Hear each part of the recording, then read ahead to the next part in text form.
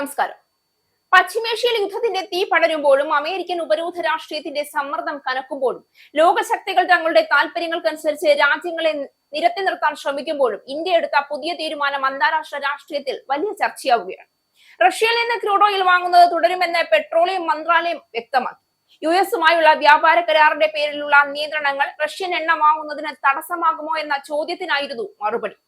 അതേസമയം ഹോർമോസ് പ്രതിസന്ധിയുടെ പശ്ചാത്തലത്തിൽ റഷ്യൻ എണ്ണ വാങ്ങുന്നതിന് ഇന്ത്യ ഉൾപ്പെടെയുള്ള രാജ്യങ്ങൾക്ക് നൽകിയ ഇളവ് യുഎസ് ട്രഷറി ഡിപ്പാർട്ട്മെന്റ് 30 ദിവസത്തേക്ക് കൂടി നീട്ടുകയും ചെയ്തു. നിലവിലെ ഇളവിന്റെ കാലാവധി ശനിയാഴ്ച അവസാനിച്ചിരുന്നു. റഷ്യൻ എണ്ണ വാങ്ങുന്നതിന് ഇന്ത്യക്ക് യുഎസ് ഏർപ്പെടുത്തിയിരുന്ന വിലക്ക് പശ്ചിമേഷ്യൻ സംഘർഷത്തിന്റെ സാഹചര്യത്തിലായിരുന്നു ഇളവ് ചെയ്തിരുന്നത്. ഇതിന്റെ കാലാവധിയാണ് ഇക്കഴിഞ്ഞ 16-ന് അവസാനിച്ചത്. ഇളവിന്റെ കാലാവധി അവസാനിച്ചതിനാൽ ഇനിയും റഷ്യൻ എണ്ണ വാങ്ങുന്നത് തുടരുമോ എന്ന ചോദ്യം പെട്രോളിയം മന്ത്രാലയത്തിനു നേരെ ഉയർന്നു. യുഎസുമായുള്ള വ്യാപാര കരാർ നിലവിൽ വരുന്നതിന് മുൻപും ശേഷവും ഇന്ത്യ റഷ്യൻ ക്രൂഡ് ഓയിൽ വാങ്ങുന്നുണ്ടെന്നും അത് തുടരുമെന്നും മന്ത്രാലയ ജോയിന്റ് സെക്രട്ടറി സുജാത ശർമ്മ പറഞ്ഞു.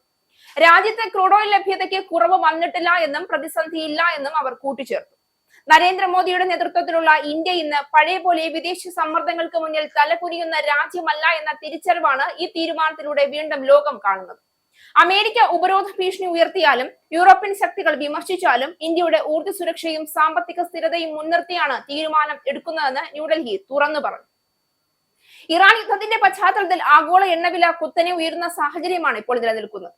ഹോർമൂസ് കടലിടുക്കുമായി ബന്ധപ്പെട്ട അനിശ്ചിതത്വം ലോക സാമ്പത്തിക വ്യവസ്ഥയെ തന്നെ ബാധിക്കുന്ന ഘട്ടത്തിലാണ് ഇന്ത്യ തന്ത്രപരമായ നിലപാട് ശക്തമാക്കിയത്.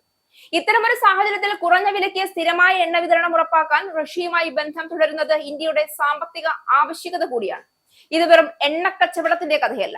വർഷങ്ങളായി മോദി സർക്കാർ മുന്നോട്ട് വെച്ച സ്ട്രാറ്റജിക് ഓട്ടോണമി എന്ന വിദേശ നയത്തിന്റെ ശക്തമായ പ്രകടനമാണിത്. അമേരിക്കയുമായും റഷ്യയുമായും ഒരേ സമയം ബന്ധം നിലനിർത്തുകയും ഇന്ത്യയുടെ ദേശീയ താല്പര്യങ്ങൾക്കനുസരിച്ച് നീങ്ങുകയും ചെയ്യുന്ന നയമാണ് ഇപ്പോൾ ഫലമാകുന്നത്. റഷ്യയുമായി പ്രതിരോധ, ഊർജ, വ്യാപാര മേഖലകളിൽ ഇന്ത്യക്കുള്ള ബന്ധം ദീർഘകാല തന്ത്രത്തിന്റെ ഭാഗമാണെന്നും നിരീക്ഷകർ ചൂണ്ടിക്കാട്ടുന്നു. ഒരു വശത്ത് അമേരിക്കൻ സമ്മർദ്ദം നിലനിൽക്കുമ്പോഴും മറുവശത്ത് ഇന്ത്യയെ പൂർണ്ണമായി എതിർക്കാൻ അമേരിക്കയ്ക്കും കഴിയുന്നില്ല. കാരണം ഏഷ്യയിലെ ഏറ്റവും വലിയ ജനാധിപത്യ ശക്തിയും വൻ വിപണിയും തന്ത്രപ്രധാന പങ്കാളിയും ഇന്ത്യയാണ്. അതുകൊണ്ട് തന്നെ ഉപരോധ ഭീഷണി ഉയർത്തിക്കൊണ്ടിരുന്ന അമേരിക്ക തന്നെ പിന്നീട് ഇളവുകൾ നീട്ടേണ്ട അവസ്ഥയിലായി. ആഗോള ഊർജ്ജ പ്രതിസന്ധിയും ചൈനയുടെ വളർച്ചയും കണക്കിലെടുത്ത് ഇന്ത്യയെ പൂർണ്ണമായി സമ്മർദ്ദത്തിലാക്കാൻ അമേരിക്ക തയ്യാറല്ല എന്നതും വ്യക്തമാണ്.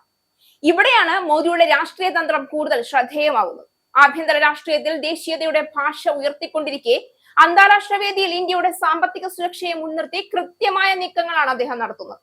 ആർക്കും അടിമയാകാത്ത ഇന്ത്യ എന്ന സന്ദേശം ശക്തിപ്പെടുത്താൻ ഈ തീരുമാനം ബിജെപി രാഷ്ട്രീയമായും ഉപയോഗിക്കുമെന്നത് വ്യക്തമാണ്. ഇന്ന് ലോക രാഷ്ട്രീയം യുദ്ധത്തിന്റെയും ഉപരോധത്തിന്റെയും സാമ്പത്തിക സമ്മർദ്ദങ്ങളുടെയും വഴിയിലൂടെ കടന്നു പോകുമ്പോൾ ഇന്ത്യ എടുത്ത നിലപാട് ഒരു കാര്യമാണ് വ്യക്തമാക്കുന്നത്. ഇന്ത്യ ഇനി വെറും പ്രേക്ഷക രാജ്യമല്ല. സ്വന്തം താല്പര്യങ്ങൾക്കായി വലിയ ശക്തികൾക്കെതിരെ പോലും ഉറച്ചു നിൽക്കാൻ തയ്യാറായ ശക്തി കേന്ദ്രമായി ഇന്ത്യ മാറിക്കൊണ്ടിരിക്കുകയാണ്. റഷ്യൻ എണ്ണ വാങ്ങൽ ഇന്ത്യ തുടരുമെന്ന പ്രഖ്യാപനം വെറും സാമ്പത്തിക തീരുമാനം മാത്രമല്ല. ഇന്ത്യയുടെ താല്പര്യം ആദ്യം എന്ന സന്ദേശം ലോകത്തിനു മുന്നിൽ ശക്തമായി പ്രഖ്യാപിച്ച വിദേശ നയ നിലപാട് കൂടിയാണ് അത്.